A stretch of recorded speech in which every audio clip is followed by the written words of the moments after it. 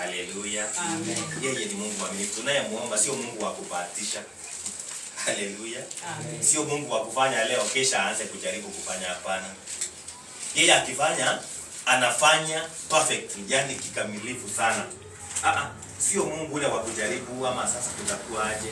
Sio ule Mungu wa kuuliza sasa tutaenda aje, sio hivyo. Siongelee huyo Mungu. Naongelea Mungu ambaye ni mkamilifu kwa matendo yake. Bwana asifiwe. So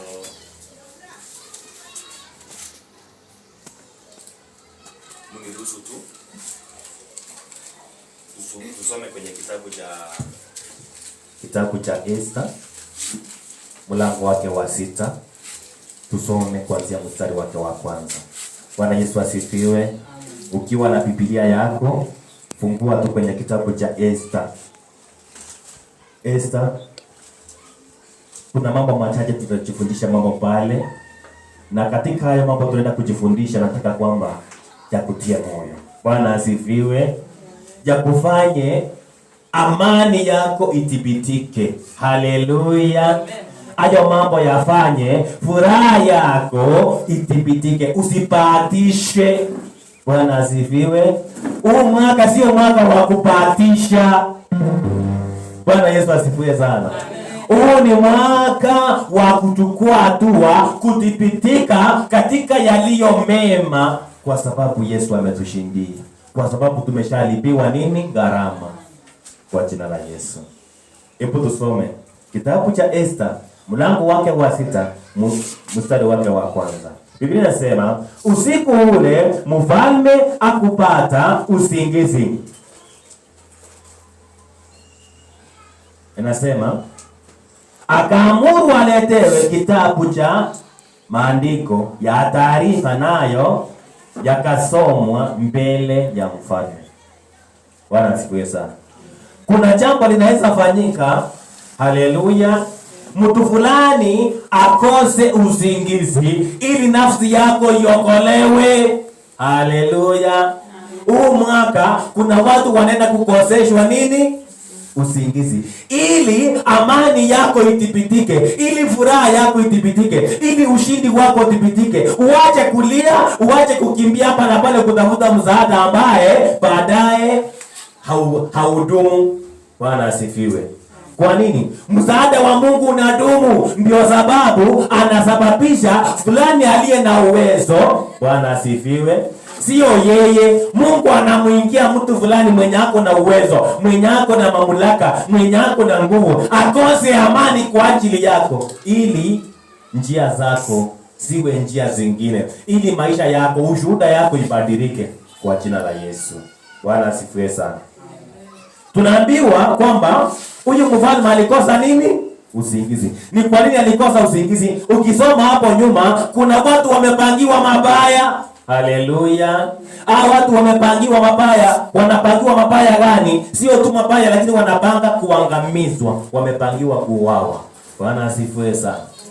Naye Mungu ni nani? Wale watu walipojua wamepangiwa kuangamizwa, wamepangiwa kuangamia, wakatafuta msaada kwa Mungu. Haleluya. Naongelea kuhusu Esther na Mordekai pamoja na Wayahudi wote. Bwana asifiwe. So, siku ya leo Esther na Mordekai yako katika kanisa hili. Haleluya. Huyu Esther na Mordekai amepata habari mbaya. Haleluya. Na ile habari mbaya amepata kwamba kuna shida anapitia, ana kazi, ana pesa, ana furaha, ana rafiki, ana mtu wa kumshikilia. Bwana asifiwe sana. Amen. Esther na Mordekai amechukua hatua gani? Ametangaziwa kuuawa na nani? Mkuu wa majeshi, jina lake Haman. Haleluya. Sasa siku ya leo nataka kwamba ili andiko likaweza kukupea moyo na kukutia nguvu. Kwa nini? Ni mfano tu ninakupea. Nataka tu nielewe vizuri. Ni mfano ninakupea kwa sababu ya ile andiko. Kuna mambo mengi yanakutangazia hatari kiwango. Bwana asifiwe. Unaweza kosa hata afya, yani unajikuta tu mtu uko hali nyingine ambayo inakukosesha amani kabisa, inakukosesha furaha. Yani hauoni mazuri mbele yako. Bwana asifiwe. Hiyo ndio ilikuwa kwa Esther na nani? Wakatafuta msaada kwa nani? Kwa Mungu. Kupitia nini? Maombi. Haleluya. walipotafuta msaada kwa Mungu, ikafika ni siku sasa, mtu jina lake Naamani, mkuu wa majeshi, mtu hodari wa vita, anaenda kwa rafiki yake mfalme. Aendi kwa mtu mfalme ambaye hawajuani, aendi kwa mfalme ambaye anaenda kwa rafiki mfalme, na ni rafiki yake. Bwana Yesu asifiwe. Biblia inatuambia wakati anaenda kwa moyo wake, Naaman anajua sasa, mimi ninaenda huko, nikienda huko kile ambacho nitafanya, ninaambia tu mfalme apige muhuri, hii maneno nimalizane na Wayahudi. Mordekai ndiye atajua. Haleluya. Amen. Hakujua Mordekai ameomba.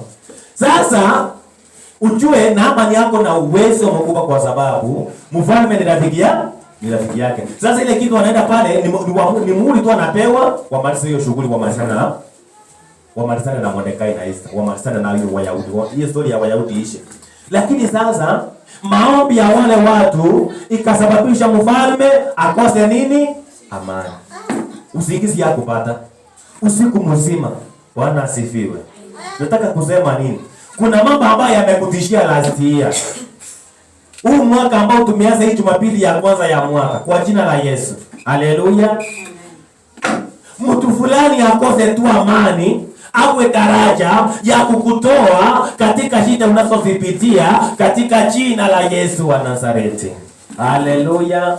Akuvushe, abadilishe uamuzi ambaye imepangwa kukumaliza. Bwana asifiwe. Yes. Mungu alisababisha uamuzi wa Naaman aliyopanga amalize kabisa Wayahudi, Esther na Mordekai, historia yao ishe. Mungu akabadilisha. Bwana asifiwe. Amen. Akabadilisha. Mungu na abadilishe kile ambacho umelia last year. Mungu abadilishe. Raundi hii hautalia tena kwa jina la Yesu. Bwana asifiwe. Umejiuliza maswali mengi. Nakumbuka naweza sema na Esther wakati walijua sasa hukumu inaenda kutolewa nini? Maswali mengi sana. Bwana asifiwe. Wayahudi, tunasimamia Wayahudi. Kwa sasa yeye ni malikia. Bwana asifiwe. Sisi ni Wayahudi. Imekuaje tena? Sasa tunataka kuangamizwa. Haleluya. Ni kitu ambao ni habari ambao sio nzuri. Lakini nataka nikwambie nini? Kwa jina la Yesu.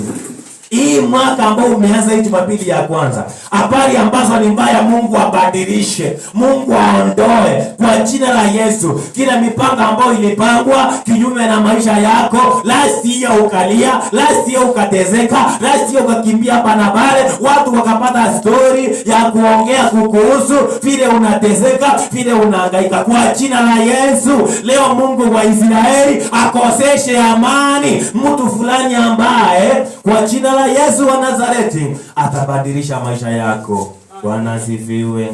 Wewe huwezi jua ni njia gani Mungu atafungua, lakini njia za Mungu hazichunguziki. Haleluya. Njia za Mungu ni mingi sana. Ruth ambaye walikuwa wanatembea pamoja, Mungu akimunenea. Sasa Ruth alikuwa anapenda kufuata nani? Abrahamu, maana alikuwa anachua siri ya Mungu wa nani? Abrahamu. Bwana asifiwe sana. Amen. Wakati Mungu alimuita kwamba lazima tukutane katika mlima leo niweze kukuelekeza ya kupasayo kufanya, maana nataka nikufanya nini? Taifa kubwa. Bwana asifiwe. Amen. Naye Abraham akaenda na Ruth kawaida, wakamngojea Mungu. Lakini Mungu ilikuwa makusudi yake Abraham aende peke yake. Lakini hako na Ruth. So, kwa sababu hako na Ruth ni kusema hakunenewa kitu. Bwana asifiwe. Hakuona Mungu. Sasa ikafika mahali anaambia Ruth, kufanya hivi, wewe endanga nyumbani, mimi niendelee kungojea mahali hapa. Maana yeye Mungu anenangi uongo. Bwana asifiwe. Aliniambia atanitokea. Lazima mimi niendelee kungojea. Kwa sababu wewe Ruth umejitolea, tumengojea na wewe muda yote. Wewe endanga nyumbani. Bwana asifiwe. Sasa Abraham alikuwa anaangalia kwa mlima na jindo, wewe Mungu nitokee. Lakini akasikia sauti ikimuita kutoka nyuma yake, sio pale penye alikuwa anaangalia. Anamwambia Abraham, mtumishi wangu. Anageuka, Bwana, niko hapa. Akabarikiwa. Haleluya. Akaelekezwa yampasayo kufanya. Nataka kumpea mfano gani? Kwamba njia za Mungu hazifanyi nini? Hazichunguziki. Haleluya. Nataka nikwambie kwamba siku ya leo Leo ni siku ya kubadilisha historia ya mwaka ambao ulifanya nini? Ama miaka ambayo imepita. Bwana asifiwe sana. Haitajalisha umeishi kulia muda gani, lakini nataka ili neno liwe foundation. Bwana asifiwe. Kwamba kuna mabaya ambayo yamepangwa, lakini kando na yale mabaya, kupitia neno la Mungu siku ya leo, mfalme akose amani. Mfalme alikosa amani kiwango hakupata usingizi, na akaagiza wacha vitabu ziletu zile ambazo ni za maandiko, za kuandikwa ni mambo gani imeendelea katika serikali, ni mambo gani imeendelea katika ikulu yake. Haleluya. Yote yamefanyika kwa sababu ya kuokoa nani? Wayahudi na Mordekai pamoja na Esther. Haleluya. So nataka nikuhakikishie kwamba leo kuna mambo yatafanyika ndio wewe uokolewe. Haleluya. Kuna mtu fulani atakosa amani ndio maisha yako yabadilike, ndio njia zako zifanikiwe, ndio mambo yako yende sawa kwa jina la Yesu. Huyu mtu anapokosa amani ni kwa ajili kwamba mipango ambayo ilikuwa imepangwa mibaya haitawekwa muhuri. Bwana asifiwe. Amen. So Naamani amekuja ndio muhuri wewe kuangamiza amalizane na Wayahudi na Esther na Mordekai. Lakini mfalme amekosa nini? Amani. Mstari wa 2 nasema nini? Ikaonekana kuwa imeandikwa ya kwamba Mordekai aliwachongea Bigitana na Tereshi, wasimamizi wawili wa mfalme, katika hao waliolinda mlango, waliotaka kumutia mikono mfalme wa Sero. Mfalme akasema, "Je, ni heshima gani au cha gani Mordekai aliyofanyizwa kwa ajili ya hayo?"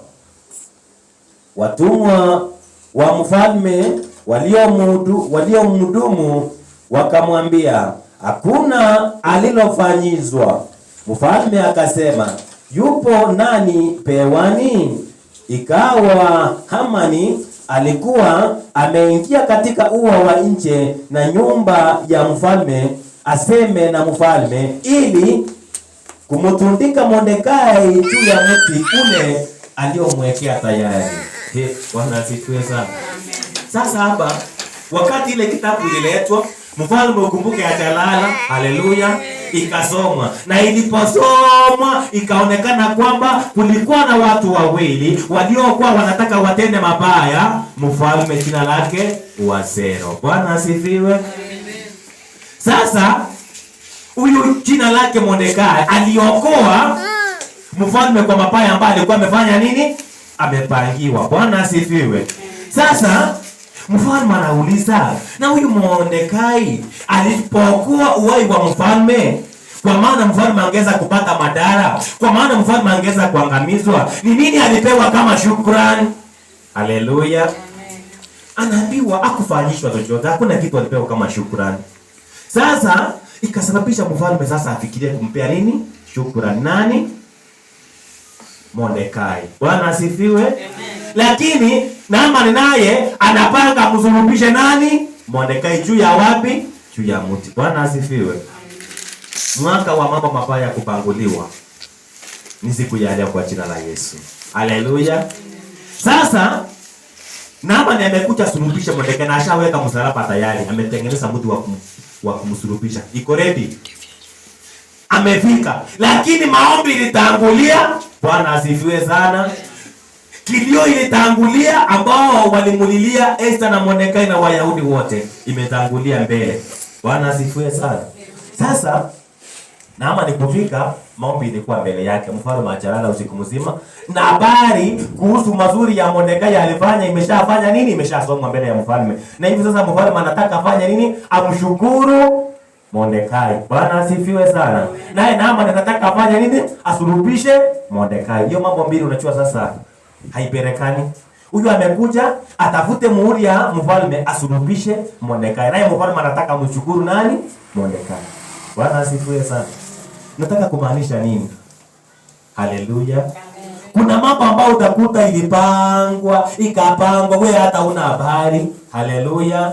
Na wakatengeneza msalaba ikawa ready. Unajua hata na Mordekai ajui kwamba msalaba imeshatengenezwa asulubiwe naye. Yeye Kenya anajua tu ni Wayahudi watafanya nini? Watawawa. Lakini anaanzia nani? Yeye Mordekai anaanzia wa kwanza. Lakini kumbe kilio chake mbele za Mungu kimefanya mfalme aguswe na atake kuona ni nini mzuri ilikuwa ifanywa. Bwana asifiwe sana. kwa maisha yako, kitu ya kwanza, haleluya, tufanye mazuri bila kulazimishwa, bila kuhesabu. Haleluya. Usiseme mimi nilifanya last time, wewe nilifanyanga hivi na nimefanya tena. Hapana. Huyu Mordekai alikumbukwa kwa mazuri aliyafanya kuokoa nani? Mfalme. Bwana asifiwe sana. Inatufundisha nini siku ya leo? Kuna kitu unaweza fanya wakati mabaya imetokea, ile kitu ikumbukwe mbele za Mungu na moyo wa mfalme ugeuzwe. Haleluya. Anga ya mabaya igeuzwe. Bwana asifiwe. Kwa jina la Yesu wa Nazareti. Bwana asifiwe sana. Yale ambayo yalikuwa yamepikwa kwamba huyu mtu sasa hatawahi toka kwa hii jela, huyu mtu sasa hatawahi ona mazuri, huyu mtu sasa hataendelea, lakini naye Mungu ni nani? Bwana asifiwe. Anajua kubadilisha mipango ya maadui. Anajua kibadilisha mambo ya mabaya ambayo umeishi kuyaona hadi uanze kuona mambo yaliyo mazuri. Kwa jina la Yesu. Nataka kila mtu aliye katika kanisa siku ya leo uanze kuona mambo yaliyo mazuri, usione mabaya tena. Bwana asifiwe sana. Mambo ya akilio ifike mwisho kwa jina la Yesu. Utipitike katika furaha, utipitike katika ushindi, utipitike katika kibali ya Mungu. Bwana asifiwe.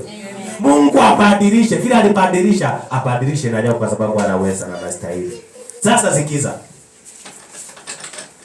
Naamani amefika, msalaba iko ready, anataka tu muhuri, akapata sio muhuri anapewa. Ni swali anaulizwa. Bwana asifiwe. Amen. Swali gani anaulizwa? Hebu tusome mstari wa 5. Mstari wa 5 unasema hivi. Basi watumwa wa mfalme wakamwambia, tazama, Amani yupo amesimama pewani. Mfalme akasema, na ingie. Basi Amani akaingia. Mfalme akamwambia, afanyiziwe nini yule ambaye mfalme apenda kumheshimu? Amani akasema moyoni mwake, nani ambaye mfalme apenda kumheshimu kuliko mimi? Basi Amani akamwambia mfalme, yule ambaye mfalme apenda kumheshimu na aletewe mavazi ya kifalme ambayo mfalme amezoea kuyavaa, na farasi ambaye mfalme umpanda mwenyewe, ambaye ametiwa taji ya kifalme kichwani, na yale mavazi na yule farasi akapitiwe oni, kusudi amufike yule ambaye mfalme apenda kumheshimu na kumkaribisha juu ya farasi, kuipitia njia kuu ya mchini na kupiga mbiu mbele yake kusema, hivyo ndivyo atakavyofanyishwa mtu yule ambaye mfalme apenda kumheshimu. Bwana asifiwe sana. Amen. Amani aliongea mambo mengi sana, akijua yeye atafanyishiwa. Sasa akitarajia kwamba jamani, Bwana asifiwe sana. Amen. Wakati ule adui ambaye ni adui wa maisha yako au mjui, na mimi simjui kwa maana naongelea maadui wa kiroho. Na sitaki kupitia neno hili uanze kusema adui yangu si fulani, hata uliona fulani niangalia. Si fulani hata uliona fulani salami, siongelee hiyo. Bwana asifiwe. Amen. Naongelea ulimwengu wa kiroho. Bwana asifiwe. Amen. Wale maadui tunapigana nao sisi, hatupigani vita Sadamu na nyama. Wa Efeso 6. Haleluya. Tunapigana kinyume na mafalme ya giza, kinyume na majeshi ya giza na mipango mibaya katika ulimwengu wa kiroho. Bwana asifiwe. Hiyo ndio vita ya Mkristo. Sasa nataka tupigane vita za kiroho ndio tuweze kushinda, ili mwaka ikuwe mwaka wa ushuhuda kwa maisha yako na yangu. Bwana asifiwe sana. So ni kusema vile Yesu aliweza kubariki maadui, jitahidi sana tenda mema hata kwa maadui, kwa maana kila ambacho utatenda kizuri kitasababisha kama vile Mordekai sasa hapa nasulubiwe, mambo imebadilika. Bwana asifiwe. Adui wake amefika apewe muhuri ya kumsulubisha, lakini amepata mfalme ajalala, na mfalme anamuuliza, na vile ameuliza ameongea mambo mengi. Bwana asifiwe sana. Ama nyenyoke mambo mengi, akasema sasa lazima farasi letu imevikwa taji ya kifalme, lazima mavazi letu yenye mfalme anapenda kuvaa sana. Bwana asifiwe. Lazima akida anaposema ni mwanajeshi mstahiki, mtu wa vita, ule ambaye ni mtu mstahiki, yani mtu mwenye ako na cheo na ako na